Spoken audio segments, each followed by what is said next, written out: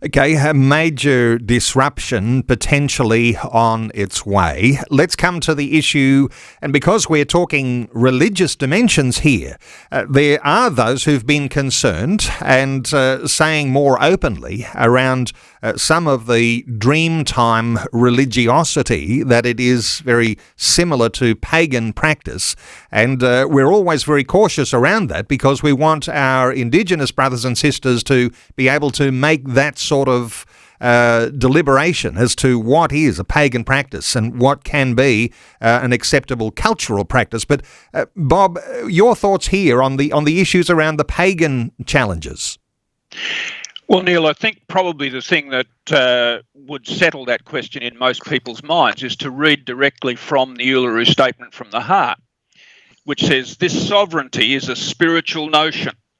The ancestral tie between the land, or Mother Nature, and the Aboriginal and Torres Strait Islander peoples who were born therefrom remain attached thereto and must one day return thither to be united with our ancestors." Now, that's directly from the Uluru Statement from the Heart, which is clearly a religious statement. Our Constitution requires that the government will make no preferences to religion. And so, therefore, as it stands, this would appear to be in direct contravention to our Constitution to add something of that nature into the Constitution.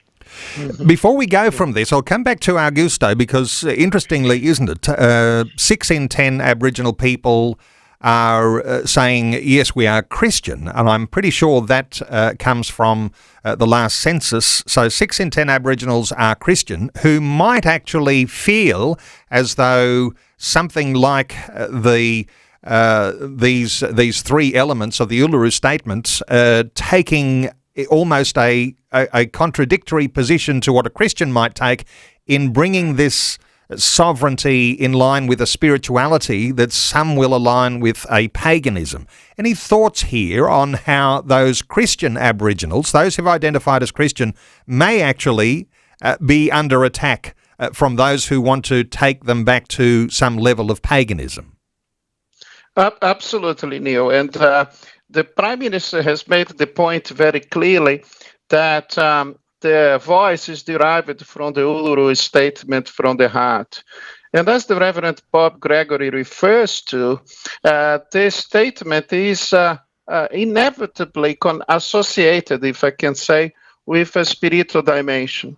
It's quite clear that in order to be a member of the voice, you have to pledge allegiance or a commitment to the particular statement, which contains elements of religion, quite obvious elements of religion, linked to a sort of a pagan approach to reality.